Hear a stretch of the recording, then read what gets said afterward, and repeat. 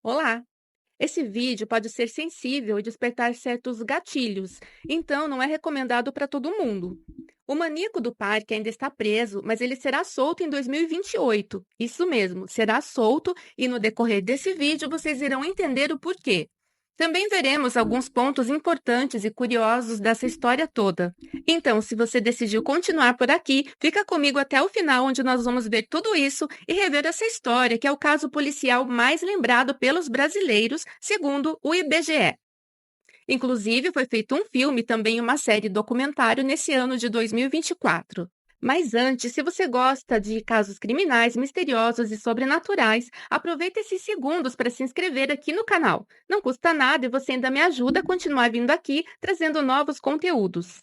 Eu sou a Márcia Gândara, esse é o Relatos Sombrios e vamos para a história de hoje. Francisco de Assis Pereira, mais conhecido como o Maníaco do Parque, ele sempre quis ser famoso e ele era um exímio patinador.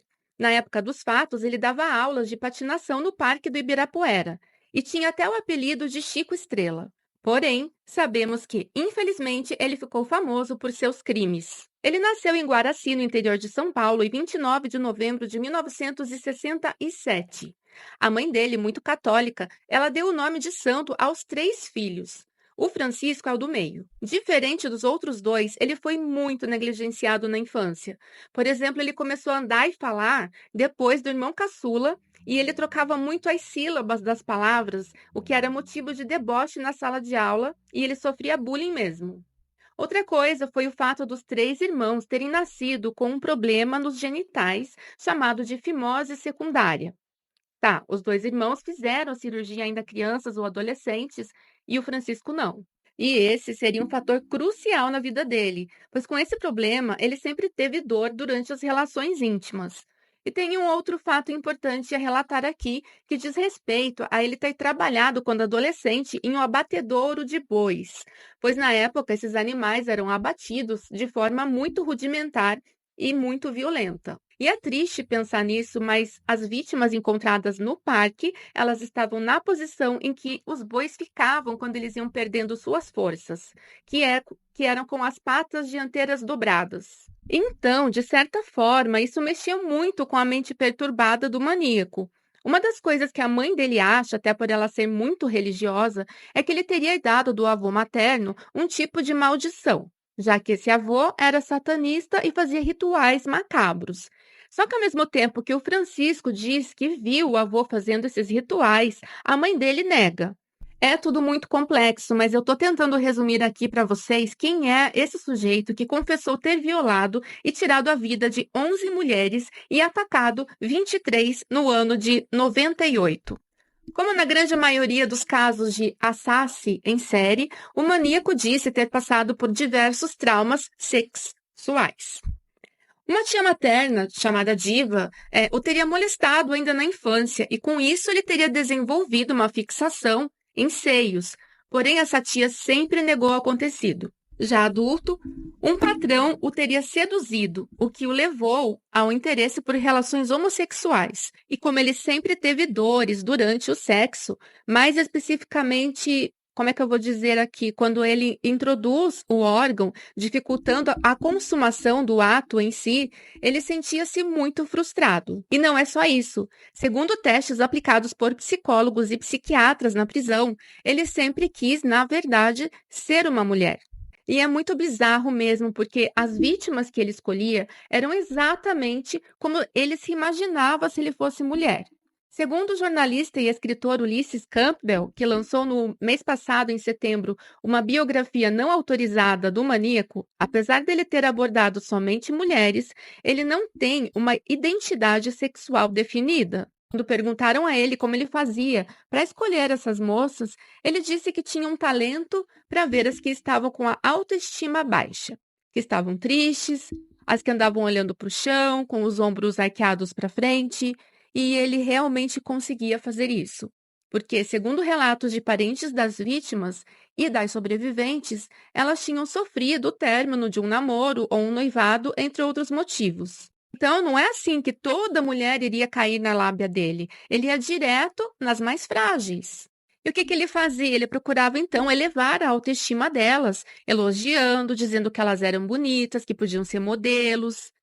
Bom, a maneira como ele abordava as vítimas ficou bem conhecida, já que na maioria das vezes ele estava de moto, pois ele era motoboy. E as jovens, elas eram de baixa renda e tinham no máximo 24 anos de idade. Durante o interrogatório, o Francisco afirmou que era simples convencer as moças, que bastava lhe falar aquilo que elas queriam ouvir.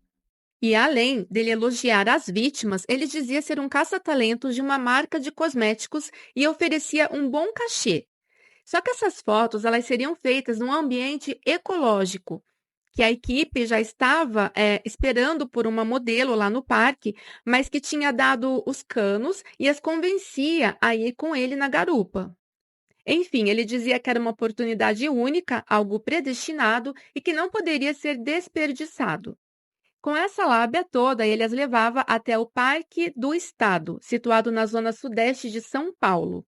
Um parque enorme, como vocês podem ver aqui nesse vídeo, que é bem mais atual, onde hoje funciona lá o Jardim Zoológico, o Botânico, entre outras atividades. Mas na década de 90, eu não sei se já tinha tudo isso lá. E lá tem muita mata fechada mesmo. Tinha uma parte onde eles faziam a desova lá. E eu não duvido se ainda tiver, porque é realmente imenso. Uma vez lá dentro, em um local bem específico, elas praticamente não tinham mais saída. Lá ele cometia as violações sex e eram executadas. Como que eu posso falar aqui em decorrência de um ataque violento que resultava em falta de ar? Uma das coisas mais intrigantes e que me impressionou foi o fato das autoridades acharem estranho como que alguém sem armas conseguia convencer as mulheres a subir na garupa de uma moto e ir para o meio de um matagal com um homem que elas tinham acabado de conhecer na rua. Pelo menos duas das sobreviventes que conseguiram sair do parque, elas chegaram a pedir socorro a policiais nas ruas que não lhes deram atenção, achando que elas estavam bêbadas, loucas ou algo assim. Afinal, elas saíam praticamente maltrapilhas e sujas de terra mesmo lá de dentro. E não é só isso. Há quase 30 anos atrás, muito se culpabilizava as vítimas. E nos dias de hoje ainda há quem as culpe. No melhor estilo, mas ela pegou carona e entrou no meio do mato com ele porque quis. Não, elas não pediram para acontecer tudo o que aconteceu com elas. E até em respeito às vítimas e às sobreviventes, eu não vou romantizar esses crimes e dar detalhes que seriam extremamente chocantes. Deixo para a série que eu falarei mais à frente. Mas como é que eles descobriram os crimes? Em meados de julho de 1998, alguns meninos estavam nesse parque soltando pipas quando encontraram um corpo. E quase em seguida, um homem que tinha deixado algumas armadilhas para pássaros perto do local em que o maníaco levava as moças, ele encontrou outros cadáveres já em estado mais avançado de decomposição. Foi aí que a polícia de São Paulo encontrou os corpos de 6 mulheres no Parque do Estado. Na ocasião, o DHPP, Departamento de Homicídios e de Proteção à Pessoa, já suspeitava que as mortes estivessem ligadas a um único autor, pois todas foram abatidas, digamos assim, no mesmo lugar, com sinais de violência íntima e despidas. O caso começou a repercutir na imprensa e o autor recebeu o apelido de maníaco do parque. Foram feitos retratos falados do criminoso através das sobreviventes, que aí sim foram ouvidas, e começaram as buscas. E não demorou muito, era agosto do mesmo ano, 23 dias após a divulgação do retrato falado, quando Francisco foi encontrado no Rio Grande do Sul, perto da fronteira com a Argentina, e ele foi preso. E é muito chocante o que esse homem, se é que podemos chamá-lo assim, disse às sobreviventes antes de deixá-las sair do parque. Para algumas, ele disse que a levou lá para acabar com a vida dela, mas que estava com preguiça. E para outras, ele disse que ele tinha ido com a cara dela e por isso a deixou viva. É realmente uma mente que não dá para entender. Ele se vangloriava pelo fato de poder decidir quem iria viver ou não. Ele mencionou que quase praticou o canibalismo e que pensava em mulher 24 horas por dia. No caso, em ser uma, eu acho. E pasme, mesmo sabendo de tudo isso, o sujeito recebia no presídio em torno de 500 cartas de fãs, a maioria mulheres. Ele recebeu muitas visitas, mas o juiz nunca autorizou nenhum tipo de visita íntima com ele. E eu não vou citar nomes, mas algumas vítimas elas tiveram muitas mordidas fortes pelo corpo, sendo essas uma das formas de provarem a identidade do criminoso, através do formato da arcada dentária em um método comparativo. Teve uma mulher de 60 anos que se casou com ele lá dentro do sistema prisional, mas nem ela o juiz autorizou ter a tal visita íntima. Cerca de uns 2 anos depois, essa mulher pediu a separação, alegando estranheza em suas ações e personalidade. O que para mim, e acho que para a grande maioria das pessoas, não é nenhuma novidade. Mas enfim, não estou aqui para julgar ninguém. E eu encontrei alguma dessas cartas enviadas a ele porque o jornalista e roteirista Gilmar Rodrigues publicou em 2009, no livro Loucas de Amor, Mulheres que Amam Serial Killers e Criminosos Sex, onde ele tenta entender por que o maníaco e outros criminosos são tão desejadas por tantas mulheres. O que realmente é um pouco difícil de entender também. Enfim, a maioria disse nas cartas que o amava, que pensava nele o dia todo, que não via a hora de estar com ele, etc. E é muito bizarro, gente. Ai, não sei se você sabe, mas quando teve uma rebelião no presídio, em dezembro de 2000, um outro criminoso bem conhecido por Pedrinho Matador queria executar o Francisco. Mas outra gangue foi contra por motivos que, se o Pedrinho fizesse isso, ele ia ficar mais famoso do que essa gangue. De qualquer forma, o Pedrinho, já falecido inclusive no ano passado, na verdade, ele foi executado por 2 homens encapuzados. Esse Pedrinho chamou outros presos e fizeram certas maldades com ele, que eu também não vou mencionar aqui.